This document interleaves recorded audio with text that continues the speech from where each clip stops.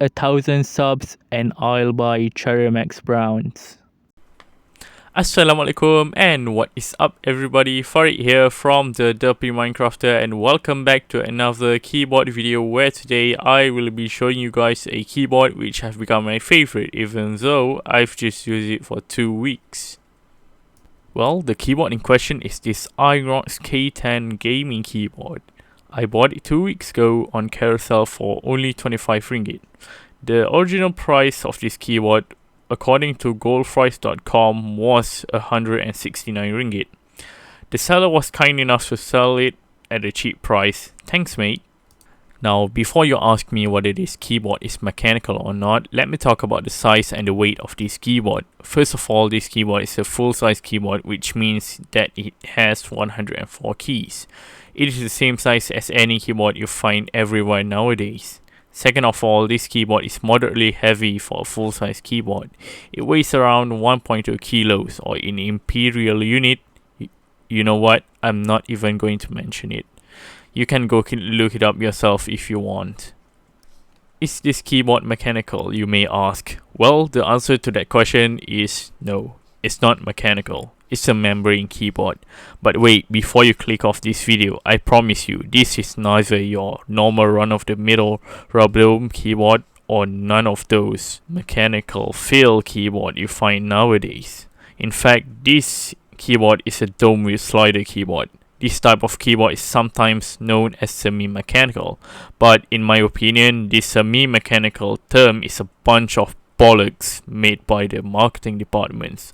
You shouldn't call something semi-mechanical when it is not even mechanical.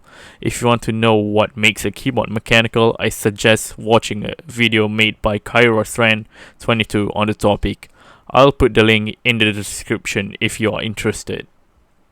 Dome with slider switches are essentially a slider on top of a rubber dome on top of a membrane. These switches are quite rare in modern keyboards and are more commonly found in vintage keyboards. Some of the most well-known dome with slider switches are BTC dome with slider, Scorpius dome with slider, NMB dome with slider, and Topper switches. This keyboard uses none of those dome with slider switches. In fact, I didn't even know what kind of dome with slider switches this keyboard uses. I assume it uses dome with slider switches made by iRock's. The switches use MX mount, which means you can put your custom keycaps on this keyboard, although there are some exceptions for stabilized keys such as the caps lock, the shift, the spacebar, the enter and many other. This is due to the fact that this keyboard uses non-standard stabilizers.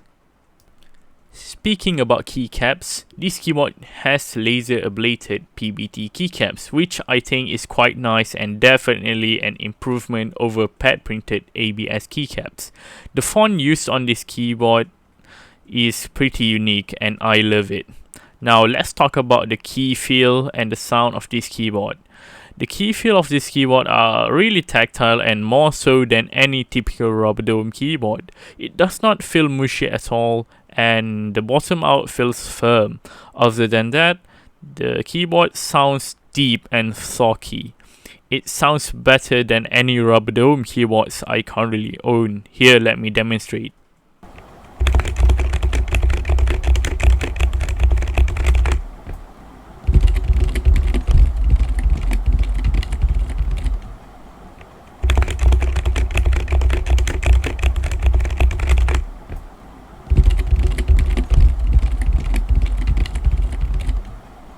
These are some of the advantages dome with slider keyboards have over a standard rubber dome keyboard. However, there are also some disadvantages of using this type of keyboard. Mainly, you still have to bottom out to actuate the switch. This might cause fatigue and less relaxed typing experience, but I personally have not experienced any of these.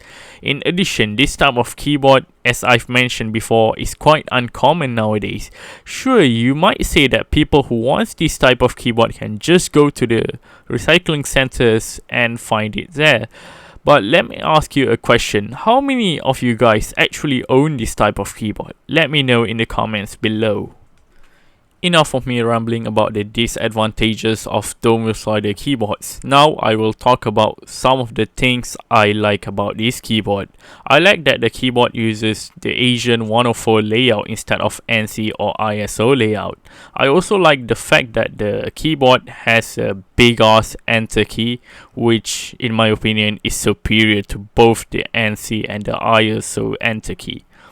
At first, it was difficult for me to adapt to this keyboard layout as I have used NC layout for a long time, but after using it for a few days, I am able to type on it with my normal speed of 60 words per minute.